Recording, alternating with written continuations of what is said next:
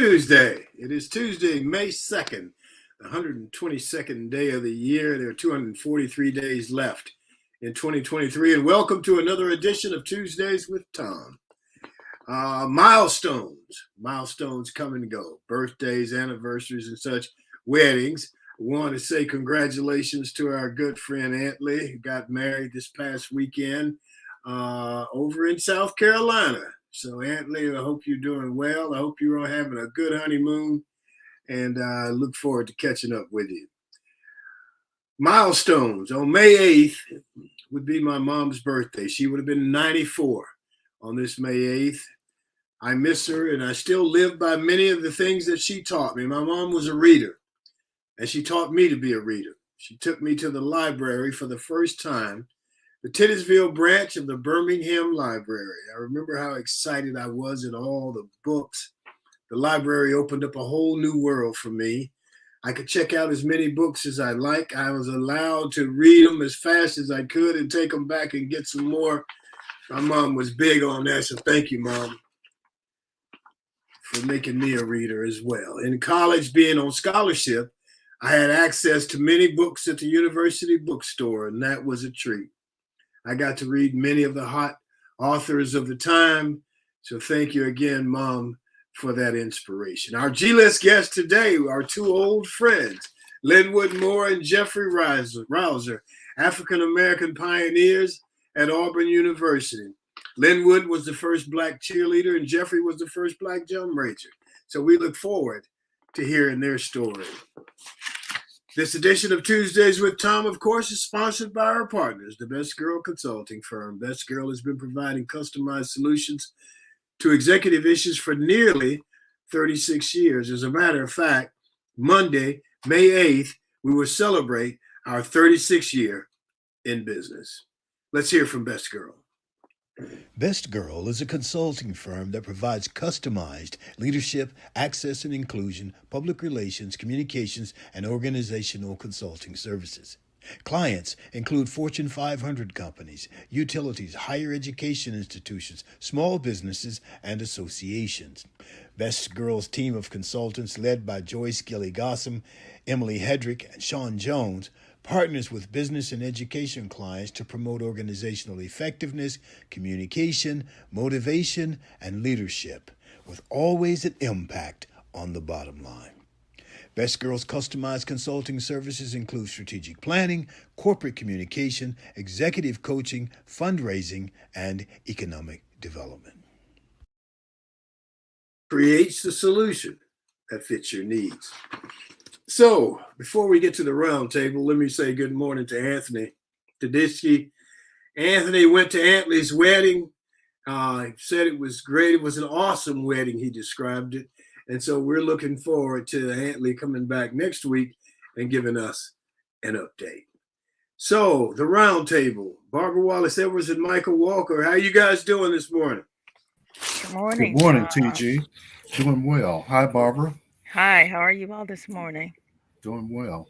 Good. So, Barbara, what's up with you?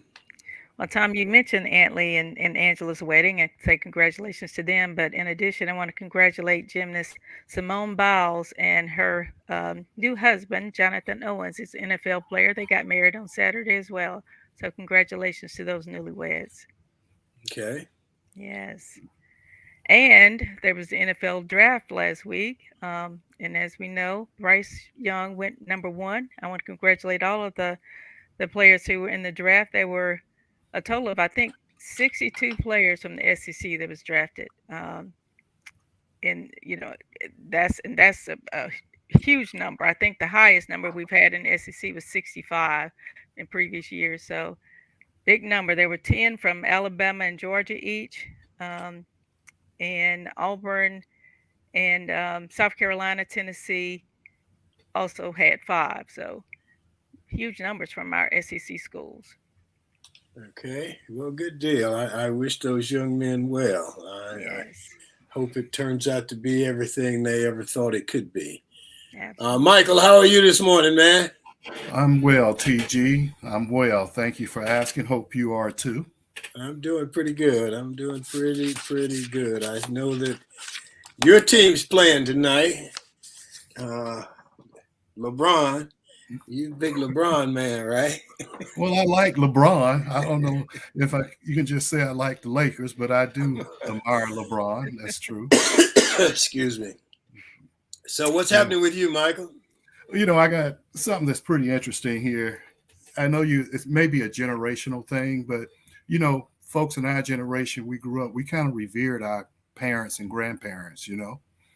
I don't think that's the case anymore. Not now. Last month, Dr. Charles Stanley, who is a renowned Southern Baptist minister, he has done 12 different books, just very.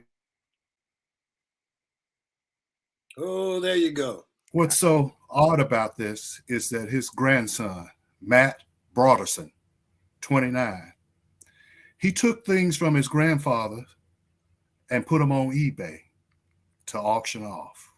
Mm-hmm.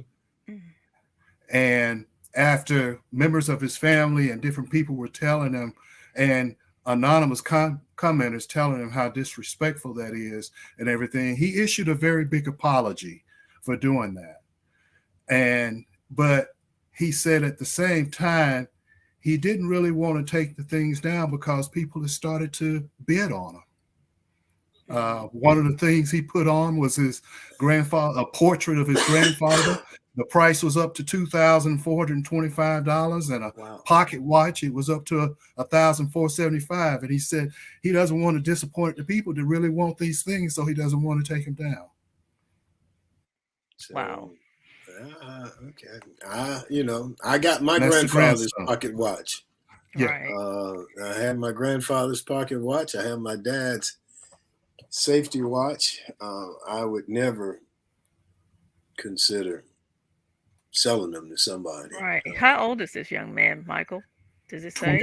29 years old. Yeah, they just don't value things like that. That generation, it doesn't mean anything to them. You find a lot of times when the elderly pass away, their children or their grandchildren will have an estate sale or something and sell, or yard sales, and even sell valuable items for a little of nothing, just because they're not interested in keeping them. Well, I think we have to, in my opinion, lighten up on them a little bit. I've got a whole lot of stuff around here that will our son and our grandkids want that stuff? Probably not. Right. And so if I want to give it to them, I can give it to them, but I can't tell them what to do with it. That's true. Because once it passes hands, it's theirs. Right. I want to keep my dad's watch. I'll give my dad's watch to my son. I'll keep my grandfather's watch. I don't know what I'll do with it, but it's from 1908. Wow. So, maybe there's value in it. Who knows? Yes. But I agree. I agree with you, Michael, in that there isn't a value placed on it. But is it obligatory that they place value on it? So I'm kind of looking at both sides of it there. Yeah. It's not, and a friend of mine and I've discussed that same very topic, and we've decided that we're going to give things that we want people to have before we pass away, hopefully before we pass away, who we want to have it, because again, if it's just left to whomever to distribute, they don't have any value in it, they don't want it, they don't try to give it to anyone else. They'll sell it or donate it to charity. And if you want to try to keep it in the family, maybe you should ask around and ask individuals who might be interested in keeping it in the family. Yeah. Well, a couple other things I wanted to mention here. The future of medicine, they're working on situations in the lab where you can use a 3D printer and biometric and stem cell technology to develop human organs and in a lab. So that would eliminate the need for people to donate organs. That's what they're working towards with some of the future of medicine.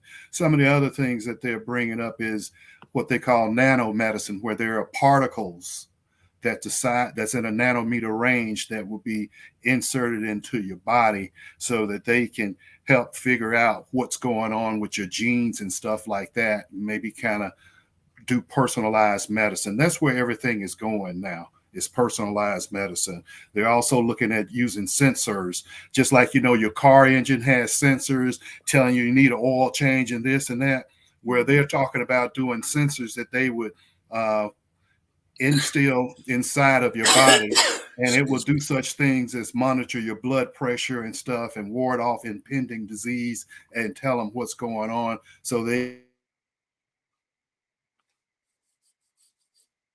preventative medicine that they treat the symptoms rather than treat the problem. So this is a way to move towards that, where you're kind of getting ahead of it and stuff like that. But can you imagine having some nanometer particle injected into your body so they can monitor what's going on inside your body and stuff, or a sensor to tell them that you're about to have a heart attack or something, you need to get to the hospital? Well, that'd be good. I'd want to know ahead of time.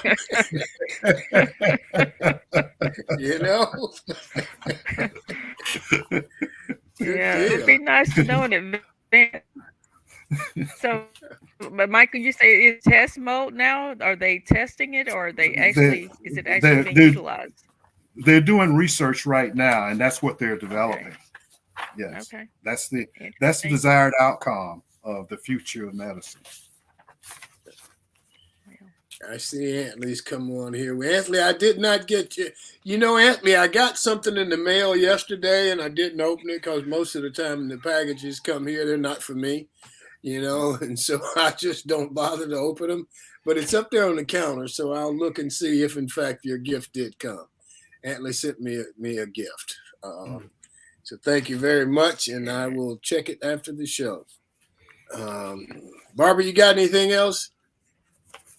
I do, Tom. That's wanted to mention that the Biden administration will end the COVID vaccination requirements for federal employees and international air travelers on May 11th. So if there's any of our listeners, viewers who are planning travel after the 11th, you don't have to have a COVID vaccination any longer to do that. Well, good, I guess. I don't know. I'm going to have mine, so. Some people still wear their mask, and yes, we'll just have to see where that goes. Some people still arguing about it and saying it wasn't necessary, and so on and so forth. So yeah, there's still. I think we can find almost anything to argue about these days. That's so true. Yeah, I was at the gym the other day, and I was watching some guys play pickup ball. Every once in a while, I stop and look in and reminisce in the days when I used to do that and just watch them, But I saw a brother in there playing with a mask on. Oh, yeah. Was he really? Yeah, had on a mask playing. I still wear my mask to the gym, too. I mean, that one time that I think I picked it up, some of the germs from there. So I definitely, every time I go in there, I think it's just a mental thing now where, I think that's where I got it. So I'm going to be extra cautious when I go in. Yeah, I am. I'll just knock on wood. I haven't gotten it so far, and try to stay out of people's way. As this guy was talking to me the other day, and man, he's spitting and stuff, and it's like, man, back up a little bit, I know. So I don't know. I just try to stay safe. So now, Michael, you talk a little bit about medicine. I think next week we got the on-med people coming. Is that right? Is that next week? No, that's the 16th, Tom. 16th. Okay. So we'll get into a little bit of that medicine thing. All right. And this weekend is perhaps one of my favorite sporting events, the Kentucky Derby. I love the Derby. I love the horses. And when I was living in California, I spent a lot of time at the track. And I think I may have told you guys a story about this guy. I was out there, and I had a few bucks in my pocket in cash, and this guy told me, he said, "Hey man, you go bet on this horse. This horse," he said, "I got a sure thing he's gonna win." And I said, "Okay." So I went out there, and I think I had like 50 bucks in my pocket, and so I didn't want to put my whole 50 bucks on the horse, because I figured he wasn't gonna win, Right. and so I only bet like 20 bucks on the horse, and the sucker won. So, I didn't come out on top at that time. So, Right. but But Tom, Well, you've actually attended the Kentucky Derby before, right? I've been to the Derby. Dr. John Jernigan and I went to the Derby a few years ago, and man, it was. If you have to go to a sporting event, this was the way to go. We Right. were in Mercedes vans. We were in the booth. We pulled right up to the elevator and got out of the van and got in the elevator and went up to our suite, and it was just incredible. And I don't remember who won that year, but it's just a lot of fun. I actually have an online betting account Okay. that I utilize from time to time. I don't bet that much, but it's just fun for me to see if I can predict who's gonna win. And my horses never win because I always bet the long shots because I want to win a lot of money.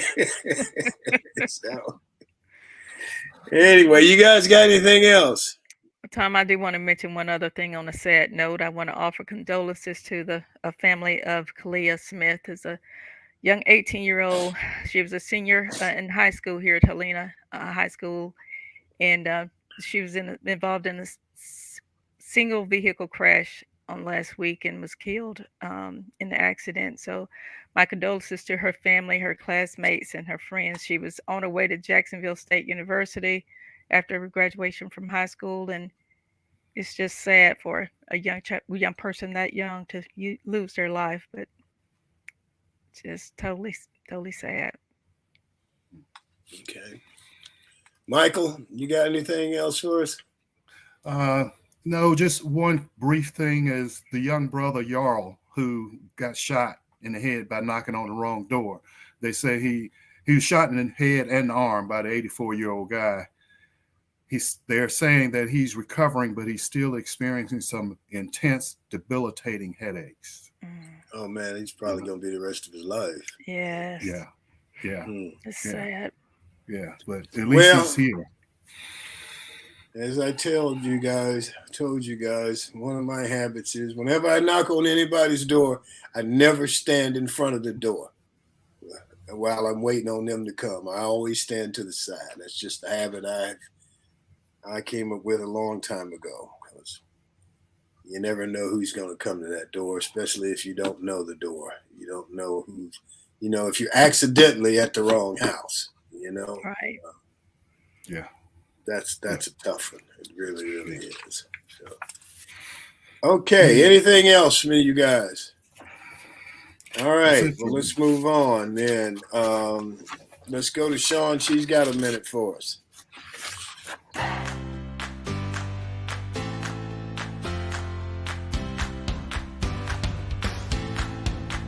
Good morning to everyone joining in with us this morning. My name is Shantia Jones, and this is Got a Minute. It's May 2nd, and we're almost halfway through the year. I'm not sure where it went, but I'm excited to see where it's going. Now, for anyone that did not know, on this day in 1963 in Birmingham, Alabama, more than 1,000 Black children marched through the city in a demonstration against segregation. The goal of the nonviolent demonstration, which became known as the Children's Crusade and the Children's March, was to provoke the city's civic and business leaders to agree to desegregate. Martin Luther King Jr., among the civil rights leaders who organized the protest, said, "We are definitely starting a stepped-up campaign to lay our grievances before the conscience of the community." Police arrested nearly 800 demonstrators, including a 60-year-old girl, mostly for parading without a permit. Teachers shouted out encouragement to hymn-singing students as police made arrests. School buses took those arrested to jail. Now, this statement rings true. If you don't stand up for something, you'd fall for anything. Thank you all for joining in. My name is Shantia Jones, and this is Got a Minute. Thank you, Sean. Appreciate that. That's great. Okay, so let's go to the G list. Hollywood's got the A list, and here on Tuesdays with Thom, we have the G list. Now, our G list guests today are twofold. One, Linwood Moore and Jeffrey Rouser.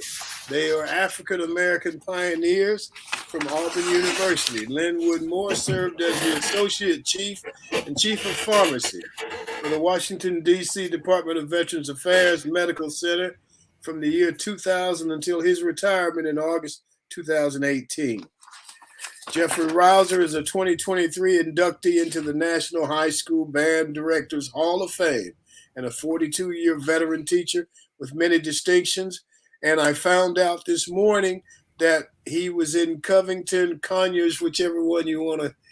They're this close to each other, so we have that in common because I spent about 6 years over in Conyers and Covington working on In the Heat of the Night. So let's get these guys on. Good morning, guys. Good morning. Good morning. How are you doing? And War Eagle to all that it applies to. Good morning, War Eagle. Good morning, That's right, War that's Eagle. right. I like that. All it applies to. Okay. You never know who the guests are sometimes. Well, you're right. We have people from all over. I think the one that we probably remember more than anything was the woman from where was India? she from? India. India. Yeah. Pakistan. Yeah, man. She found us, and we've had people from Canada. We had somebody from Ghana, and so now we got somebody from Covington and Conyers. We,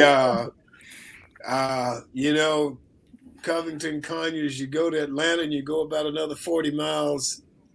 I guess that's west. I don't know. No, going east towards Augusta on I-20. Okay, that's right. And man, that was something. That was we were talking about it in the heat of the night, but that was. We have people on here, Jeffrey, who are in the heat of the night fans, who go to Covington at least once a year, and apparently that's still a tourist attraction over there. It is. There's a couple of stores that still sell some of the paraphernalia and items from the sets where people go and shop and try to gather some stuff. And so it's right on the town square there where that courthouse is, where you did so many scenes there. And we still have a good group of people coming to see it. That's great. But the students I teach don't know about it. I mean, it's a little bit of a generation gap. Yeah. Same here. Matter of fact, I don't talk about it too much. I don't watch the stuff they watch, and they don't watch the stuff I watch. That's a fair trade. So I want to ask you guys something, and being a first, and I was a first, and not only were you a first, but in most cases you were an only. Yeah. And onlys are tough. So what possessed you, Linwood, you, Jeffrey, to go to Auburn University? Linwood, I'll let you start. Okay, first of all, let me say good morning to the team here. I love being among the Auburn family, but you guys are special because you were on campus when I was there. Yeah. And there are many of us. I'm delighted to be among family who was there when I was there. So what possessed me to go to Auburn? Of course, we are babies of the late 60s, early 70s. And so our parents were involved in the civil rights movement. I decided early on that I wanted to go to a PWI because I wanted to reap the benefits of the efforts of my parents' generation. So I was a pretty good student in high school. And so I felt obligated to go to a PWI. And my first choice really was the University of Alabama to defy George Wallace. That was my first choice. But lo and behold, I found out that University of Alabama did not have a pharmacy school. And so that's how I decided that Auburn would be my choice, because it was the only state-supported pharmacy school in the state of Alabama. I decided I wanted to be a pharmacist in the 9th grade, and that determined my trajectory from that point on, in terms of the types of courses that I would take, and Auburn was my target from then on. That's how I wind up at Auburn. Yeah. And for those who don't know, PWI is a predominantly white institution, which is what he was referring to. Jeffrey. Well, I went to Etowah High School in Attala, Alabama, graduated in 1976.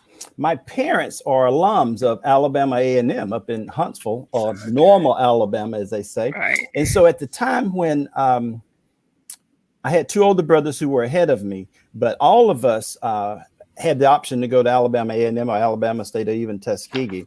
But my parents, because of the time frame when they came through in their time, it was not an option for them. And I remember distinctly my parents saying, apply to wherever you want to go. It's a different time.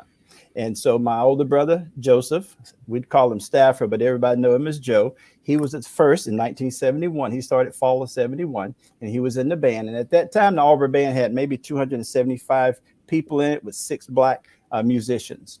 And then my brother Reggie came in, and he was on campus. And then in 1976, I entered the campus and I joined the band. I was recruited for the band as the Auburn people went around recruiting kids to come to the program. I had not been drum major in high school, but I was attracted to it when I got on campus there. And I just started immediately thinking, okay, in 2 years, I want to try out.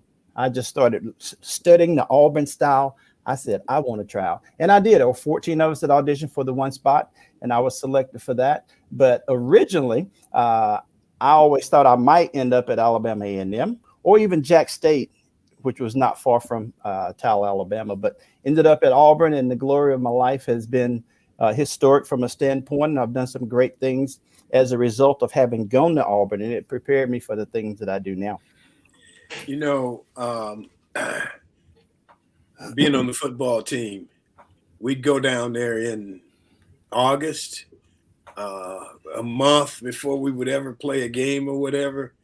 And we'd have 2-a-day practices, and we'd have to go over there, and you know how the dew's on the ground, the grass is wet, man, and we would go over there and practice. But the thing that we always had the most respect for was the band, because we would be over there practicing and the band would be practicing. They would be there as early as we were, man. And so you guys had our respect, certainly. Yeah, the AUMB is pretty prominent, and it's a very impactful thing. And it's been that way for many years, but I think it's better in the last 20 with the philosophy of what's going on with band spirit, school spirit. And the Auburn band, I think, is the model for the collegiate bands across the country. With between every play, when you pay attention to an Auburn football game now, the Auburn band is playing in between every play. And when the next play is going on, they're calling the next chant to go. The next play. And it's very well coordinated. They rehearse it. They even practice in Jordan Hare in that corner, practicing their spirit chants when nobody else is in the stadium. So it's wonderful to see. That Auburn spirit is real, guys. Okay, sounds great. So Linwood, you decided on pharmacy, huh? Yes, in the 9th grade. One of my teachers assigned the class a project to go to the library and look up various professions. And so I said, well, I'm going to look up the various medical professions. So I perused through the books there, and I narrowed it down to optometry and pharmacy based on the number of years it takes to get that profession and the amount of money they made. And at that point, I decided I want to be a pharmacist. Well, that was a good criteria. How much money can I make? Right. You know, and I'm going to give you guys some more credit here, because, you know, we have a tendency to talk about the difficulties we had during that era. And It was difficult, but if you were a football player, it was a little easier because you had some privilege. And you guys didn't necessarily have that. And so my admiration goes out to you for what you contributed to Auburn in that pioneering stage. So let me get Michael and Barbara in here. And they got a couple questions for you. All right. I do. Good morning, guys. Good morning. Linwood, I'm going to start with you. Not only were you the first Black cheerleader at Auburn, but you were also the first Black Plainsman. So which was first? I still get confused as to which was first. The Plainsman was first. Actually, okay. And I want to also give a shout out to Cynthia Tucker because she was the first Black War Eagle girl. Right, Eagle Girl. Okay. And War Eagle girl together. Okay. Oh, good. So what year was that? 73, I think. Okay. And then the next year you became the cheerleader. Well, I tried out the next year, and the next year became first alternate. But it wasn't until the next year the year after that I actually made the squad. And I'll have to get into the details of that a little later. I want to go ahead and get into it now. I'm about to say, tell it. Yeah, let's go ahead and get into it. Okay, sometimes people ask me, were you always interested in cheerleading? And I said, no, it's not something I was ever interested in. But when I came to Auburn, I saw what they were doing. I thought this is something I could do. And here again, I had always been active in my high school, and I always been about integration back in that era. And I felt that since I thought this was something I could do, I felt that perhaps I could integrate the squad. That was my purpose, to integrate the squad. So I tried out the first tryout year. I made first alternate. So I said, wow, first alternate, that means next year I should be a shoo-in. So the second year, which was the 74-75 year, I tried out again. And guess what? First alternate 2 years in a row. So never had happened before, I'm sure. Right. So well, in fact, I will say this. I had gotten an anonymous message after the first tryout, said, Linwood, you were good. Next year, try to find a Black girl who is also.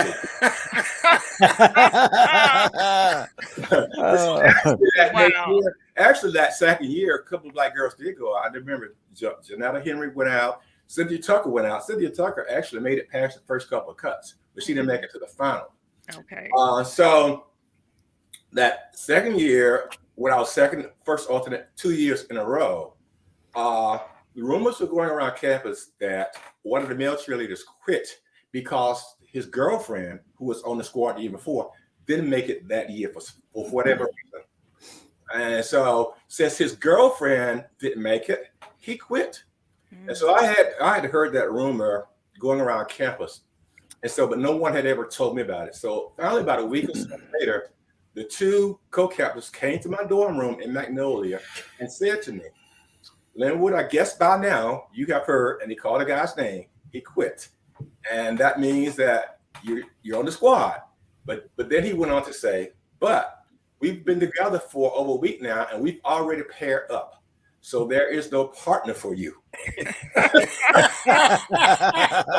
So they went on to say, so the only position open is mic man. But see, in previous years, the person who was on the mic was the head cheerleader. Right. So the head cheerleader usually had a partner the year before, and then later on, when he became head cheerleader, he's the one that led the cheers without a partner.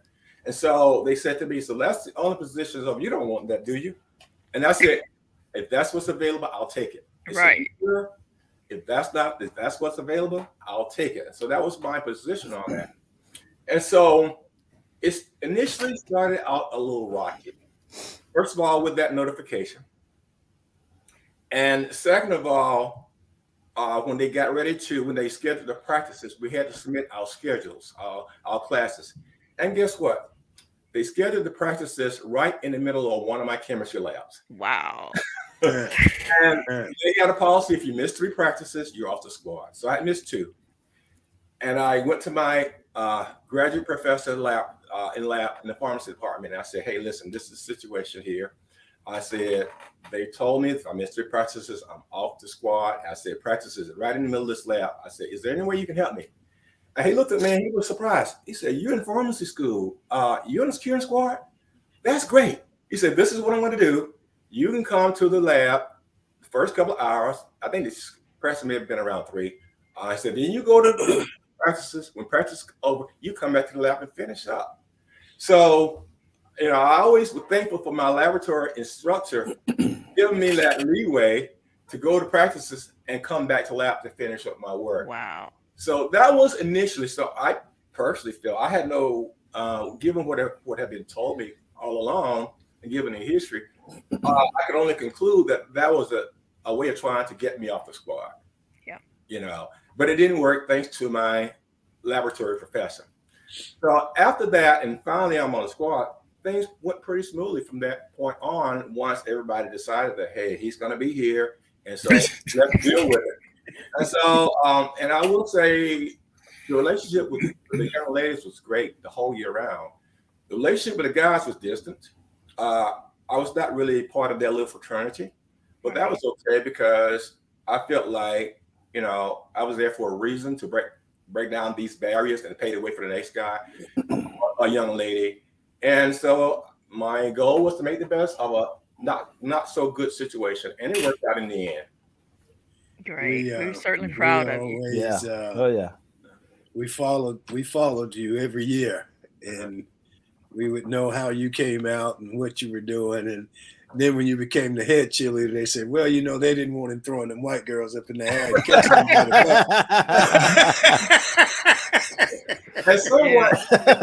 And someone actually told me that they didn't know how the alumni would feel with seeing a black guy partner with a white girl.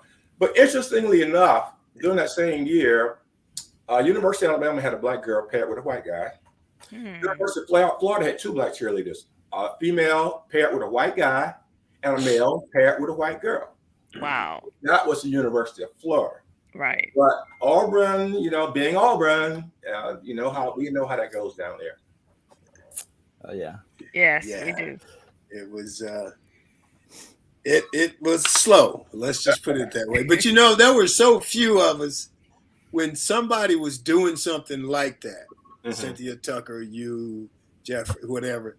We were aware of it and always tried to make sure that we were encouraging. Yes. That they knew that we were behind them and we were backing them. And there were some professors like that. There was a guy on the football team, man. He was a great running back, white guy. And, he had labs. And, man, the coaches went crazy because he would have to be 30 minutes late for practice. And, they just told him he couldn't do that. You're a football player first. That's your number one obligation on this campus. And and he ended up leaving. And about a year ago, he called me up out of the blue, and we had a great talk, and we laughed at a lot of the crazy stuff that went down. But what I can tell you, this is one story, is we were out in the field one day practicing, and this guy had enough. He said, that's it for me, I'm done. So he took his helmet off and threw it down, and he started walking towards the gate, and they start, don't you walk out that gate. He took his shoulder pads off and threw them down. You better not leave. He took some, by the time he got to the gate, he didn't have on nothing but a pair of shorts. He left it all on the field. He was gone, man. He'd had enough. So Jeffrey, let's talk about you. Okay. Well, I came in the fall of '76 and I played saxophone in the band. So I marched 2 years in the saxophone section. All the time I was just kind of scoping out things, getting ready for auditions in the spring of '78. And it was real exciting, nervous, scared. There were 14 of us trying out. But what's not told, I should have been the second black drum major. Edwin Smith. Yes. who's a fraternity brother of mine. He was a music ed major there. He actually tried out, I think, 2 years before I did, or at least 2 years before I came, but was not chosen. And it was the conversation was he was the better qualified, but at that time it just didn't happen. And so I came in. I don't think I knew that at the time until Ed started working with me on it, and he said, try out, but just know the situation. And so I auditioned. I got help from some other kids who were former drum majors in high school. I was very well prepared. And so I got there and I did my audition. And during the audition, I think what sold it for me, I conducted the band in a live audition. And when I finished, the band members that were following me stood up and gave me a standing ovation in the audition. Wow. And then that just kind of took it to the next level. So Dr. Bill Walls, I admire him for having the courage to do that. But he told me later on, he said, Jeffrey, now I want to just share this with you so you know the historical points about this. Right. He said, before we announced you, Dr. Vinson, we walked over to Dr. Harry Philpott's office to let him know that the best qualified person for drum major of our band is a Black student, an African-American student.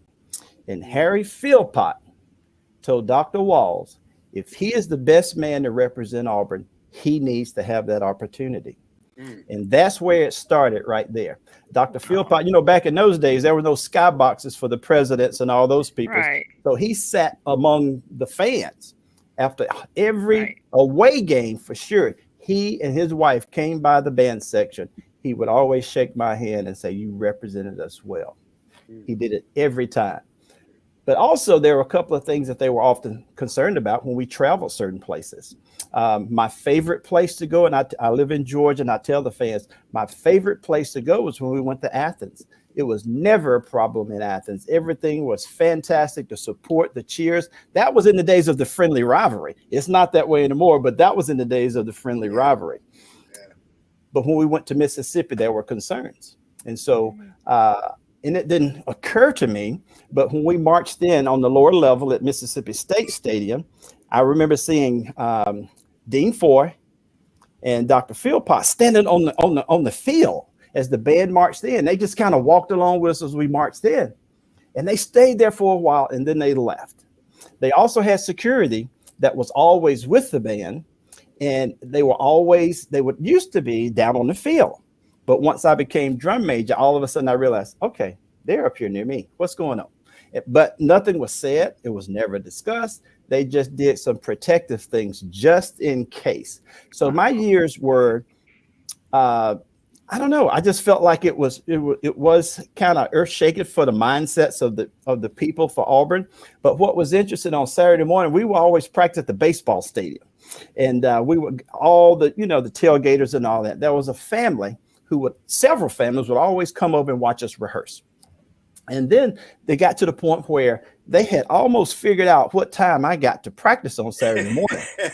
And then these families would say, listen, why don't you come over and have some coffee and have breakfast with us? And so I took them up on their offer once. And then all of a sudden they just kept inviting. And then all of a sudden a crowd would come. There would be several people from other Winnebagos coming over to hang out. They wanted to meet me. And I know what it was. They wanted to see, can this guy talk? Can he speak? Can he represent? Talk to me. And I started doing these public interviews and things like that. And that was just a part of being an Auburn guy. And so I think that changed my personality, and it changed my public speaking demeanor, because I had to speak to people, learn to shake hands, and give that image of what they thought I should be like. And it's just a game you have to play. And I feel like that's the way it is in life as a whole right now still. You have to be able to talk the talk for the area and the people that you're in. But there was also a gentleman by the name Dr. Charles Sistrunk. He became the student liaison for the fraternities and things of that type. He made certain that our fraternity and the African-American fraternities, sororities, had an opportunity to go to these Panhellenic conferences and all that kind of stuff, because we didn't have the frat houses like the other boys. We had dorm space or spread out around campus. And so we had some people who were kind of vouching for us and helping us to go toward these things. But I think the thing that sticks out in my mind after all of these years, Dean Foy and Dr. Harry Philpott, they made sure that there was a level of protection for me. And where I work right now in Madison, Georgia, there is a Philpott family that lives there. Oh yeah. That Wow. is a distant relative to Harry Philpott, and they Okay. knew the name by virtue of somehow. Yeah. And I've created a relationship with them, and I share this story with them all the time. But the time at Good. Auburn for me, it had a lot of glory behind it. But I'm sure there were some people who were quite upset by the mindset. It was 14 of us to try it out, and I remember going around the table for the interview of why should we choose you? And I just went all around. I said, I think all of us can be great, but I would love to have the opportunity to represent Auburn. I think I would be able to do a great job. And that just set it all up, because I wanted to make myself feel good and be qualified without insulting the competition. Right. The family that cooked the food and invited you, you know their names? The last name was Wilson.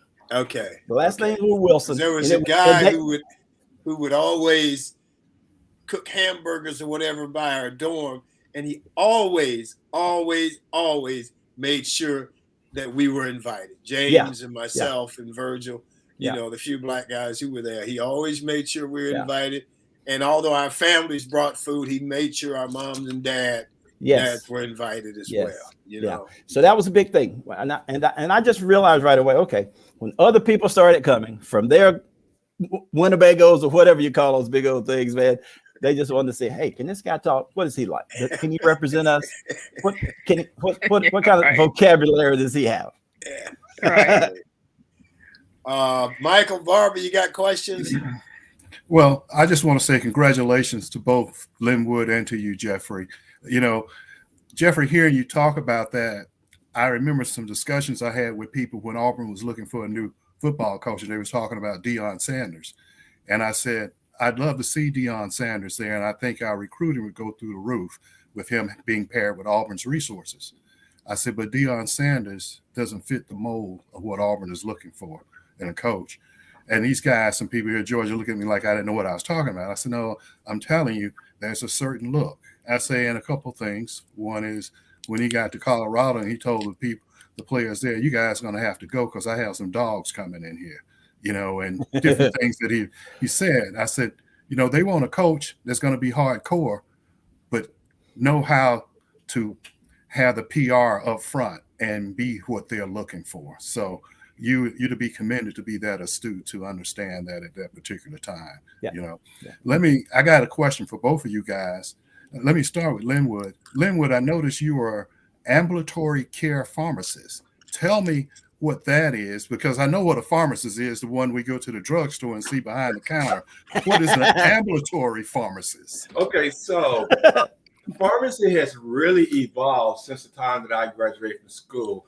And back then, when I graduated from school, pharmacy was a 5-year curriculum. Now it's a 6-year curriculum, and the terminal degree is a pharmacy doctorate degree. And so as I moved up into management at the Veterans Administration Medical Center here in Washington, I started hiring all these new pharmacists. All of them had pharmacy doctorate degrees. And so, but still, I'm their manager, their pharmacy manager, and associate chief and chief, and they're working for me. So I see some of the clinical experiences and the things that they have learned in school, and to see how they're able to apply that in the job environment. I said, well, okay, so you know, I got some of these young hotshots coming in. Let me see if I can extend my learning a bit. So there's also something called board certification in medical profession. So there are various areas that you can seek to be, well, like a subject matter expert in that area. For example, they could be like oncology, they could be like emergency medication, they could be like infectious disease, or in my case, ambulatory care, which is more like family practice medicine, so to speak. So I said, okay, so the pharmacists on my staff created a study group to prepare for these exams, which will give you board certification.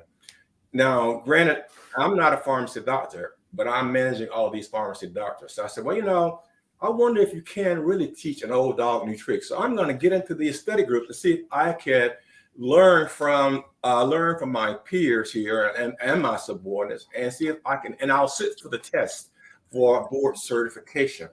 So I went to the study groups, and I took the exam the first time, came very close, and I didn't pass. And one reason why I didn't pass, main reason why I didn't pass, is because when I was in school, I just studied statistics. Statistics is very big for me. Research protocol or program now, and is important in medical training. So I went back and really boned up on my statistics and took the exam again and passed. And I was over 60 years old at that point. And I kind of used that as a motivation to my staff. Look, yeah, you can teach an old dog new tricks. And also it says to me, to the rest of the staff who wasn't board certified, that if the pharmacy manager who doesn't have a pharmacy doctorate degree can go study and prepare and become board certified, then why can't I? So that was my motivation behind it.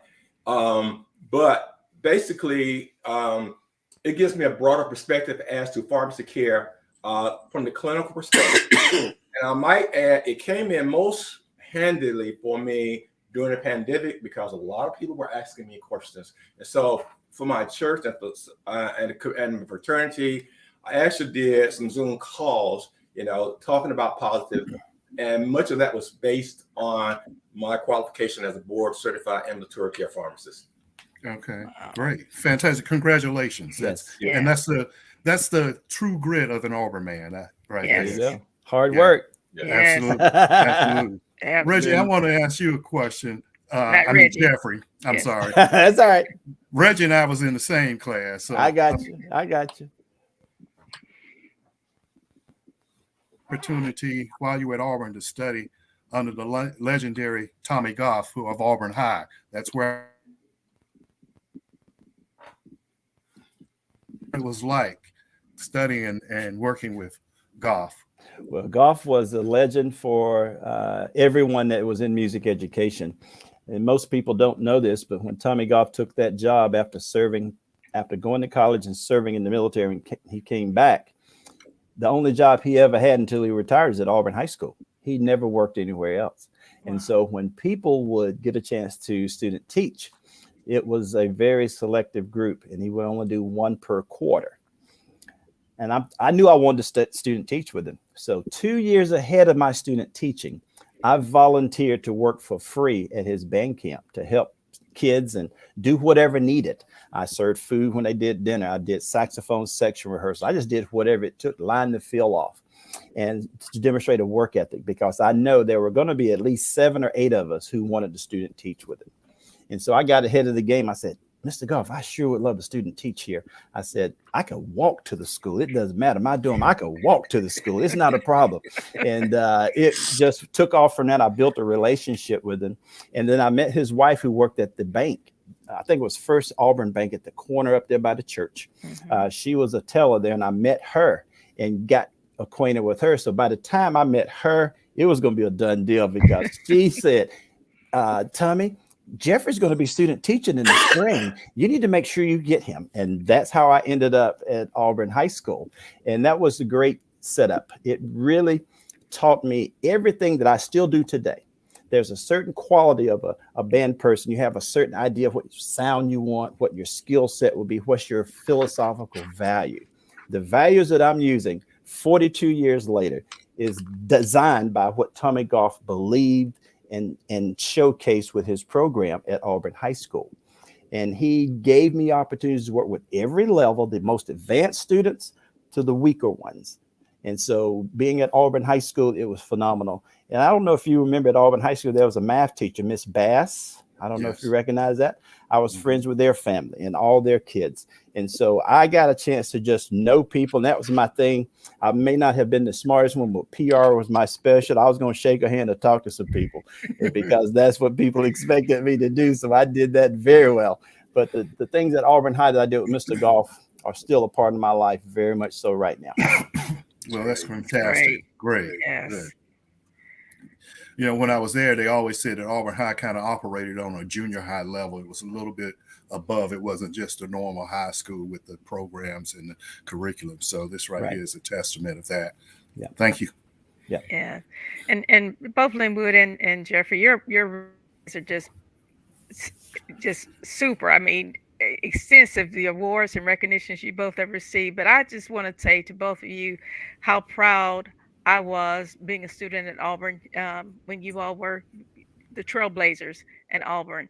We had the athletes, and they, of course, were superstars. But when both of you all became the first Black cheerleader and first Black drum major, again, they said there were about 300 of us on campus. We don't know where 250 of them were because they were hiding. They were on the block, that's for Yeah, sure. that's right. So the 50 of us that were family, we were so proud of you guys. And again, between the Black athletes that were there, that were all part of our family too. I would go to football games to see the football teams and the basketball team, to go to those games, but more importantly to see you all perform and be there to support you all. And I had a friend that asked me last night, that said, what was the crowd like the first time those guys came out to cheer or to be the drum major at a game?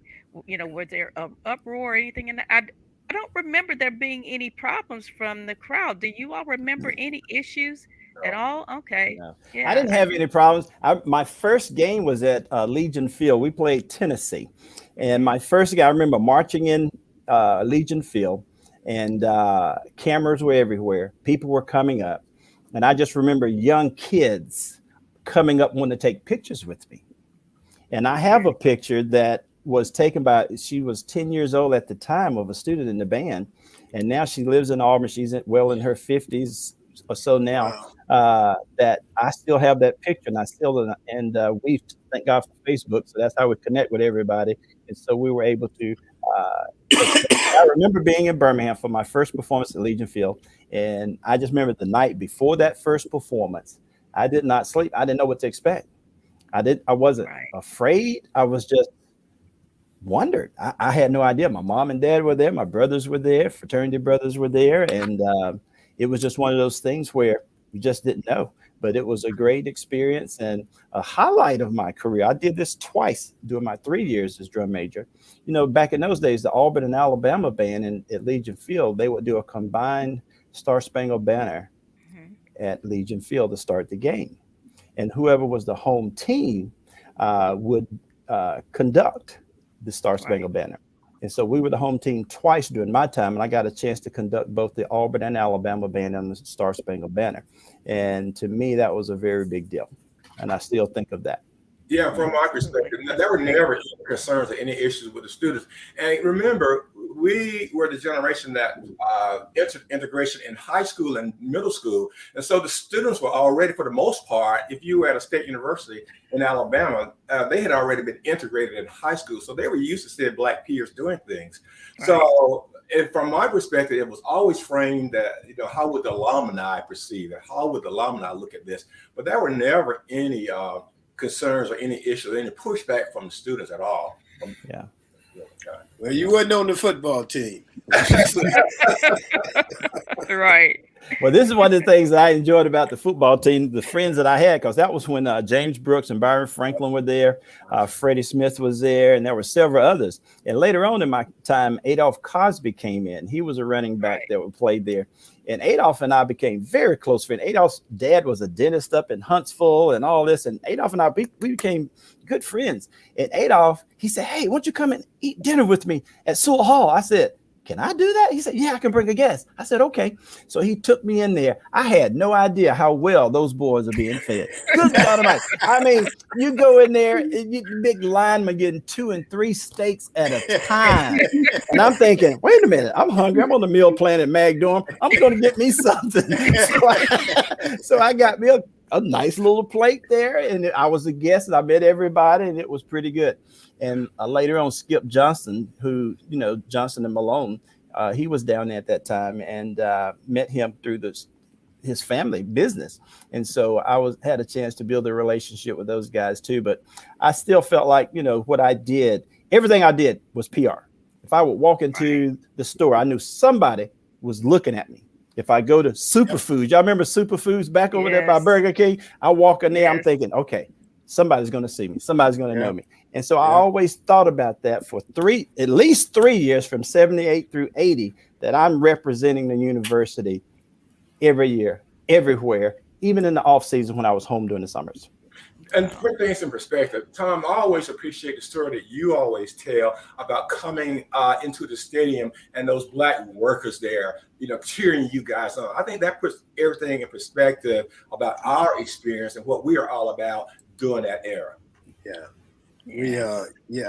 I think we were all very much into the civil rights thing, and this was something that we had chosen to do. I chose to do. I'm like you. In the fourth grade, I decided I would integrate one of the football teams, either Auburn or Alabama, and it ended up being Auburn. But I also want to say that you guys mentioned President Philpott. I just think President Philpott, I didn't know him in his private moments, but he was always good to us. We called him Happy Harry. He was always smiling. Yeah. He would always welcome you. And when I wrote my book, I read his oral history that's at the library, and the things they went through when they were recruiting Henry Harris, who was the first Black athlete, and how that had to go to the Board of Trustees. And the question became, well, will the Auburn alumni accept a Black athlete? And so they had to go through all of that. But President Philpott was fair. He got some of the things going, the fraternities. He pretty much got that going, the Black fraternities, so on and so forth. It was an interesting thing. And, we were kids, man. And but we were dealing with issues that adults had created and weren't willing to solve. Right. And so we ended up having to try to solve those issues, and it was different. When you talk about Ole Miss, we played Ole Miss, and I went down the block on this guy, and he ran up and he called me the N-word. And I turned around and I said, well, is that the best you can do, man? I hear that every day. From my own teammates. You got to have more than that. So it was, but we really appreciate you guys coming on and telling your stories. You got any final things you'd like to say? Well, I'm honored to be here. I've been excited about it for a while. My students are probably watching or they're filming it or whatever and talking about that. And I share my history with them and my stories with them. And I talk about what those times were like. One last story I shared. Y'all may remember where Santa Freeze used to be, a Santa Flex. Yeah. There was a pure gas station that was right at that corner beside it. And one of the things that triggered my desire for Auburn also was we were on our way to the it was called the Turkey Day game down in Tuskegee and Alabama State. My parents had friends and we would go to that. I remember stopping to get that pure station. This was probably in the mid to late 60s. And I just remember even at that time, getting out of the car to get gas. There was this particular gas station that still wanted to have a separate bathroom. I remember that. And then we drove past the university. And Mom said, that's Auburn University, those War Eagles, the Tigers. You remember War Eagle, all that kind of good stuff. And then I started thinking about, okay, I want to try this out. And I thought about that for a long, long, long time. Even with the Alabama A&M part of my history, I felt like Auburn. I never considered Alabama. I just never did. I was an Auburn guy. It was just something about it that attracted me to that school. And that's where I wanted to be. And then I met people there during my high school years. I would go down to fraternity events with my brothers and things like that. And so, that was real big. And my final comment has to do with that something we didn't talk about today. I am a member of the Auburn University Black Alumni Council, and I want to give a shout out to the council. We've done a lot of great work in the past 2.5 years. Most of it done during the pandemic. A lot of it meeting by Zoom. And for those of you who are out there that may feel like you may want to become part of the council, application is open now. It's open until the 13th of May. And so I was able to meet wonderful co-council members, people who I never had opportunity to meet before because they weren't there in the 70s. So there are a lot of bright, intelligent, smart people who love Auburn out there who want to give back.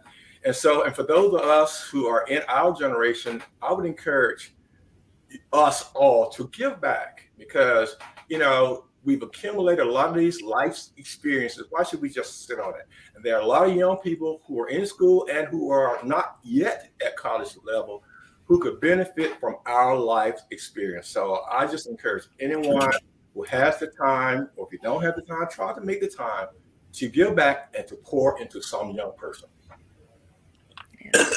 Excuse me. I just want to make sure we give you guys, both of you got these long bios, and we certainly hadn't covered it, but I want to just make sure we give you guys some of your due. Linwood served 30 years as an active duty and reserve Army officer, achieving the rank of full colonel. And that's pretty strong, man. Yes. Amen. Amen. Congratulations to you. Yeah. And Jeffrey, you were co-founder of the premier Drum Major Leadership Academy, held annually on high school campuses around the Southeast.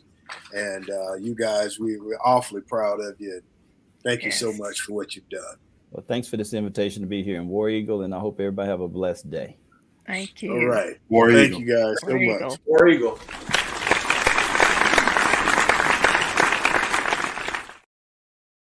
All right. So my closing commentary for today, or as I see it, at the top of the show, I mentioned a couple of milestones. May 8th represents for me. One is my mom's birthday. I already talked about that. The other milestone I am celebrating is the anniversary of this business, Best Girl Inc. On May 8th, we will celebrate our 36th year in business. Best Girl started as Thom Communications in May of 1987.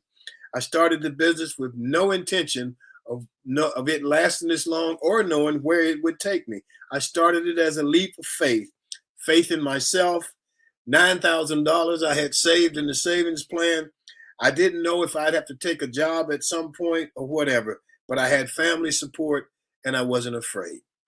36 years later, we morphed from Thom Communications to JTG Consulting, and in 2004, we became Best Girl Inc. Maybe it was that first trip to the library with my mom and the fascination with learning new things. And that's how I see it on this May 2nd in the year 2023. That's our show for today. Thank the audience. We appreciate you. Thank our G-list guests, Linwood Moore and Jeffrey Rouser. Thank our sponsor, Best Girl Inc. Thank Barbara, Sean, and Joyce. And that's it for this Tuesday, May 2nd in the year 2023. Remember, enjoy yourself. Make every day count. Stay safe. Peace.